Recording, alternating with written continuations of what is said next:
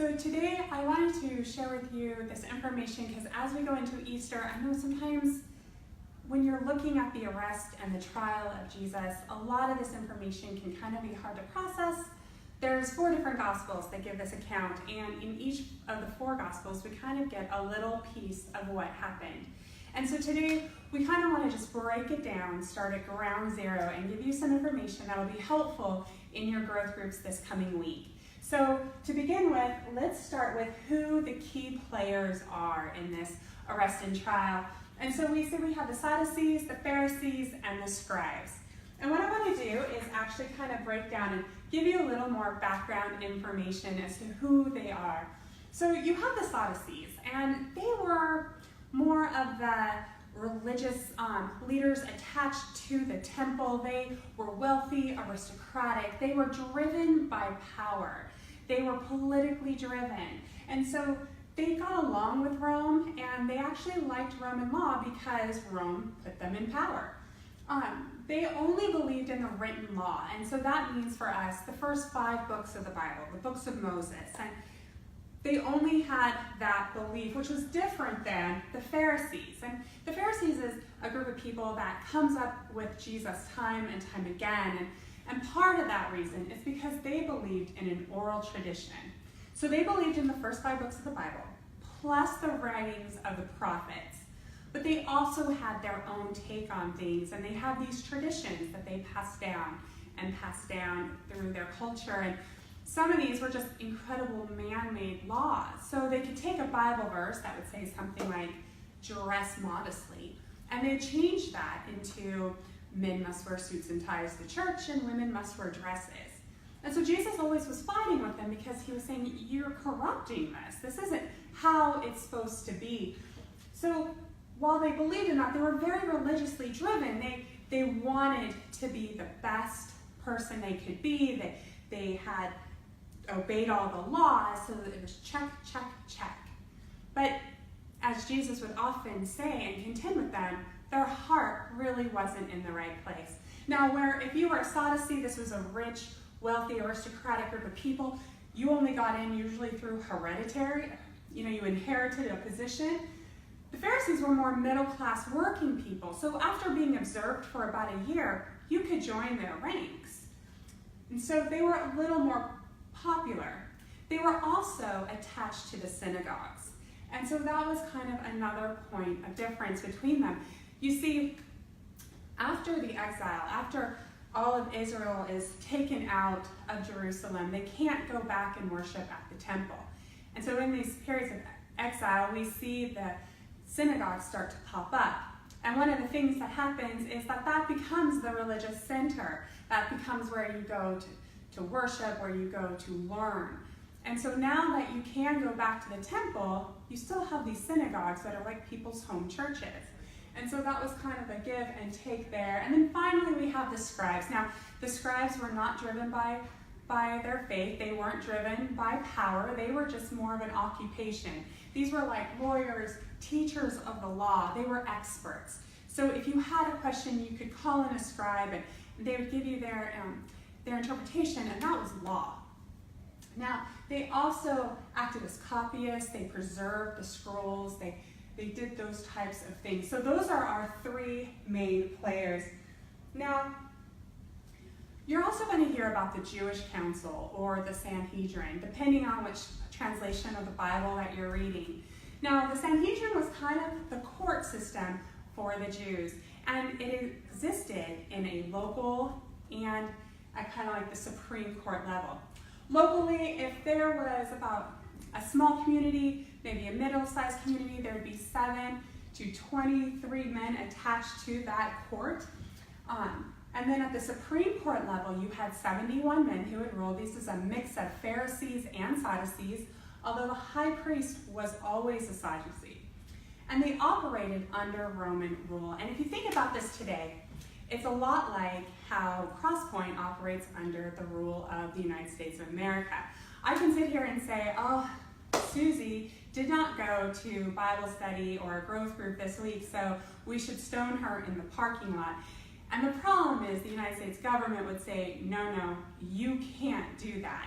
You can kick her out of your church, but you cannot kill her. And so the Roman authority and the Jewish authority kind of worked in tandem like that. There were things that the Jewish council could rule on, but there were things that they had to defer to the Roman Empire, and the death penalty, as we see with Jesus, is one of those things.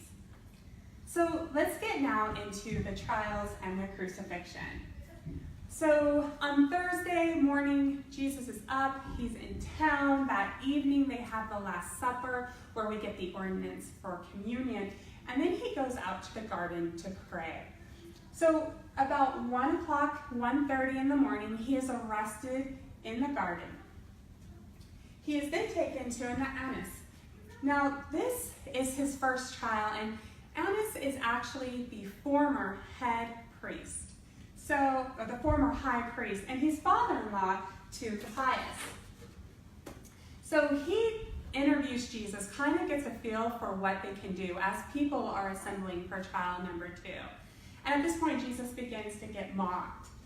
They take him then to the high priest, and this is between 1:30 and 3 o'clock in the morning. And they take him to the current high priest, and some of the members of the Sanhedrin are there. He's held there between 3 and 5. This is where he starts getting beaten, starts getting mocked, rough-handled as they wait for the full members of the Jewish council to assemble. Now this is very interesting, and we're going to take a time out because this is all happening, as you can see, overnight. And Jewish law had a lot of rules in place to prevent a perversion of justice. You could not try someone in the middle of the night. You could not have your witnesses disagreeing. You had to make sure that the defendant had someone to speak on their behalf. And as we're going to go through and see, these things really aren't happening. Also, you couldn't execute someone the same day that judgment was passed or on a high holy day.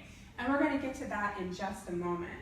So now between 5 and 6 o'clock in the morning, all of the Sanhedrin is there. This is where they ask Jesus, are you, the Christ? And he says, I am. And they go, blasphemy. This is important. And we're going to come back to this initial charge in a little bit later. But they decide to seek the death penalty based on that charge of blasphemy.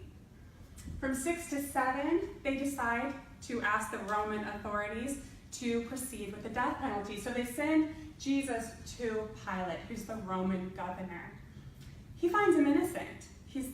There's nothing to kill him for, not what Pilate is hearing. And one of the men says, well, this Galilean, he's causing a lot of trouble.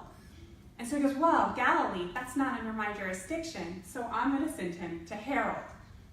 So from 7 to 7:30 now, Jesus has a hearing before Herod, and Herod goes, this really isn't my problem either. I'm sending you back to Pilate. From 7:30 to about 8:30 in the morning, he has his final trial. Now this is trial number 6 with Pilate, and again, he's repeatedly trying to release Jesus. He has him beaten and tortured. And then the Jewish leaders are still demanding death, and he can't kill him based on blasphemy. So now the Jewish leaders change the charge and say, well, it's treason. He's saying he's king, and that goes against Caesar. So now Pilate's stuck in a position where he has to execute him, but he still doesn't want to.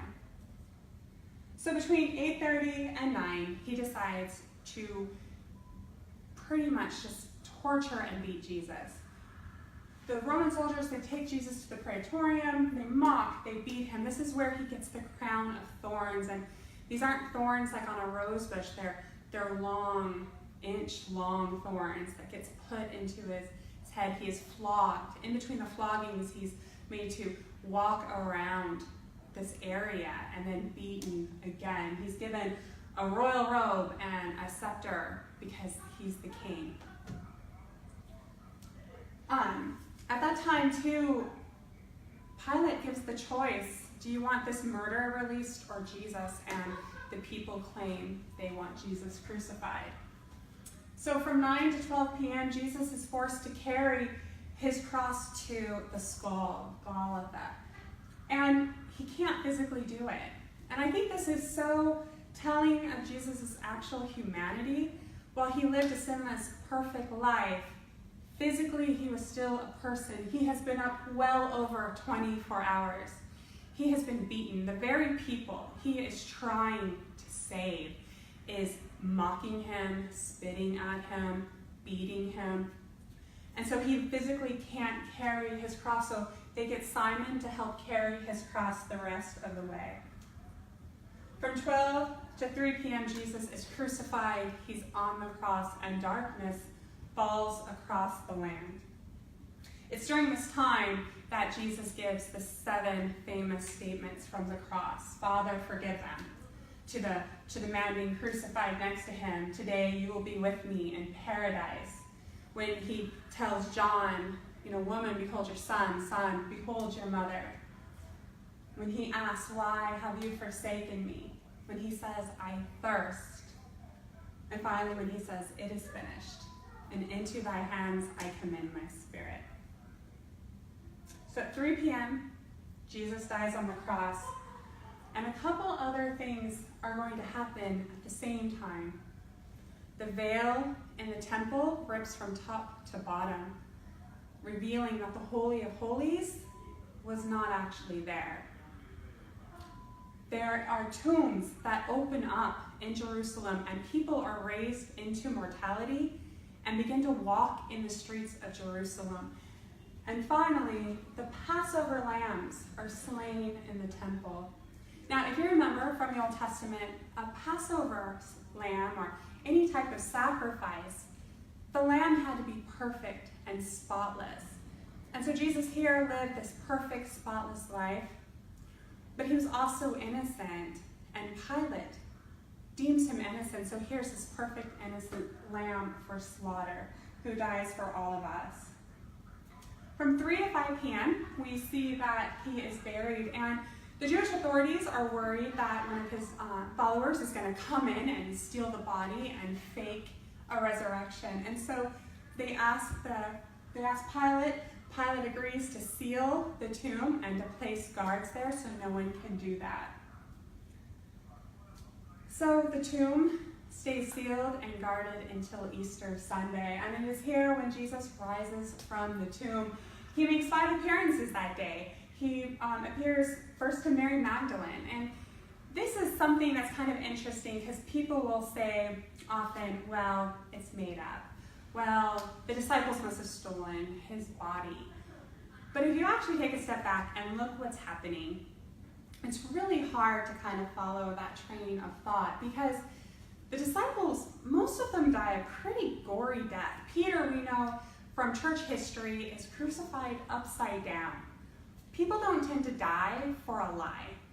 And also, in this day and age, women were second-class citizens. Their testimony could not stand up in a court of law. So here you have Jesus appearing to a woman whose testimony wouldn't hold up in court, but it holds up with this set of believers, and they believe her. He appears to other disciples, and that is the story of Easter. So I hope this video is helpful for you, and I hope it sheds some light, and it might make it a little easier for you to communicate these truths in your growth group. Thank you.